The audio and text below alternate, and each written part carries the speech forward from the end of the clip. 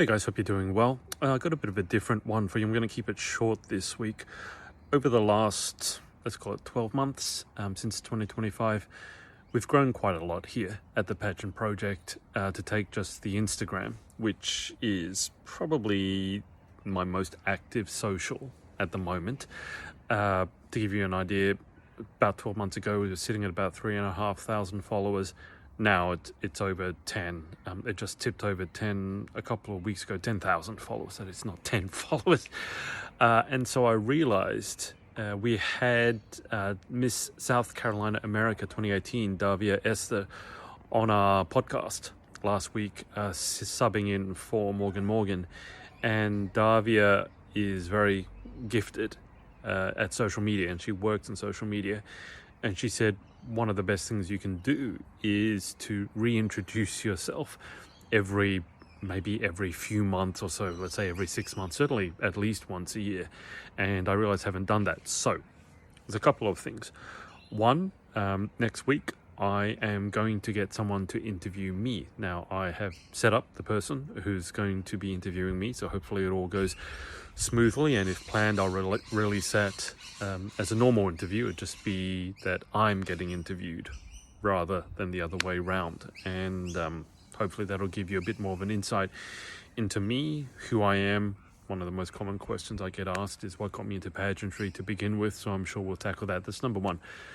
Number two, if you have any questions about pageantry, here's where I want you to send them in. Now, whether you comment them underneath this post, wherever you're hearing it, watching it, if you're listening to it on the podcast, you probably can't comment on it directly. So you can send me an email, info@thepageantproject.com. If you want to submit it anonymously, you can also go to pageantpod.com, pageant, P-O-D, as in pageantpodcast.com, but pageantpod.com, or just send me a DM. Look, there's so many different ways that you can get in touch with me. Just let me know if you want it to remain anonymous, and I will make sure that I respect that, because I know that's crucial. But this will serve a couple of purposes. One, of course, you guys are getting to know me if you haven't gotten to know me before, so you can ask me questions about my own experience. But number two, I always like to make sure that I really know what the issues are for you. And this changes over time. I got into pageants in around late 2016, 2017. And even over the last 10 years or so, pageantry has changed a lot. I mean, easiest example to see, there have been a lot of the major pageants have changed hands. There have been some pageants that have disappeared. A lot of new pageants have surfaced. And so maybe the questions you want to ask, or the issues that you want discussed, have changed. And so asking you what you want me to talk about, what you want me to discuss in our weekly episodes or in articles or anything else, that's important to me, because I really like to keep my finger on the pulse.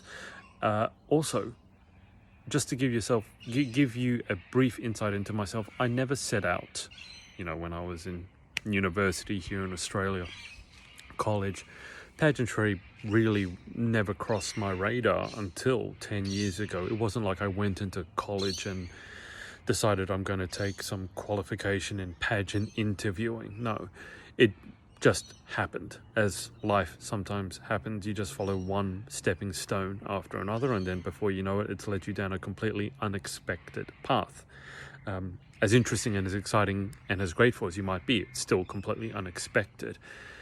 And so my experience, my background is quite varied, and I like to think that that's one of the reasons why I'm able to connect with so many different people when I get on an interview with them.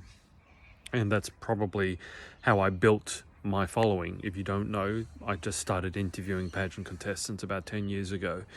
First it was Australian, and then we branched out internationally, obviously now working a lot with American contestants, interviewing a lot of American people. But that's how it started.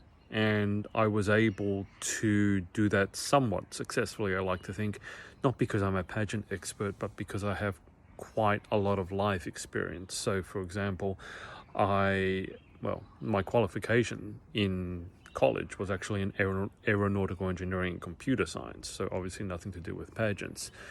But then I became a tennis coach, and I ended up being the head tennis coach at an all-girls school.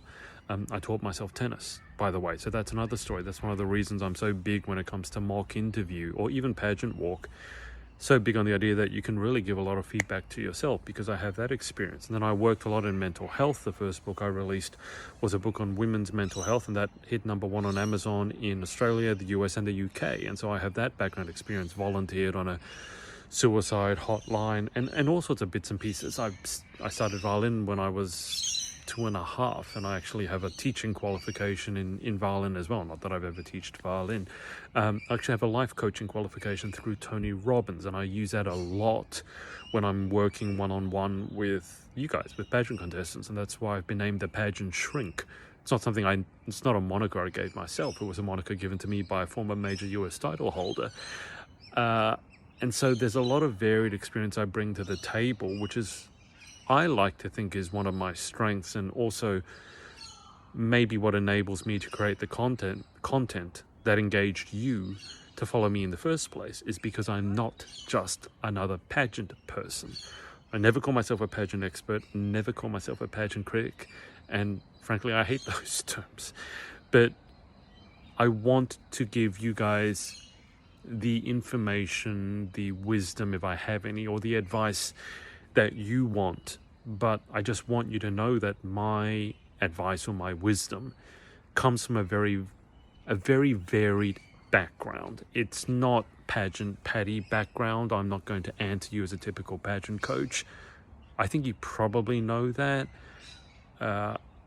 But I just wanted to make you aware of that, because, as I said, many of you may have only followed me in the last couple of months, or maybe the last weeks, and so you don't know my background. So I'm just giving you that bit of the background, even though we have that interview scheduled for next week, which hopefully will give you a much broader and deeper insight. Just know that I never really decided to get into pageantry. It wasn't a life goal of mine when I was growing up as a kid in Australia. And it was really just a happy circumstance. And I got into it really because of my work as a tennis coach at that all-girls school. And I saw some of the issues that young women were struggling with, and one thing led to another. I decided I wanted to start interviewing because I loved hearing people's stories. I've always had an interest in coaching people, obviously as a tennis coach and life coaching. But I think deeper than that, I've always just wanted to help people. And that's what got me into pageantry. And that's why, if you followed me for any amount of time, you'll see that the content I tend to produce, or the content I produce, tends to be quite different, I think, from other pageant pages or pageant coaches. I like to say the best way to succeed in pageantry is to create an amazing life outside of it. And I've always thought that. I'm not someone who's going to say the answer to everything is to do a pageant, for example. So, if you're looking for life direction, do a pageant. If you can't decide what to do with your future career, do a pageant. If you are feeling a bit down, do a pageant. That's a plane, by the way. If you're hearing the sound, I apologize. I'm not one of those people. In fact, I'd say about half the time I've had a one-on-one client, the conclusion will be, now is not the right time to do a pageant. Now is the time to get your career together, prioritize your relationship, prioritize your health, prioritize you. And only once you have those pillars in place would I even consider doing a pageant. So I'm a little bit different, let's just say, to the typical pageant coaches, pageant people out there. And so I wanted to open up to you guys and say, if you have any questions, pageant or otherwise, let me know, because I want to make sure I'm helping you.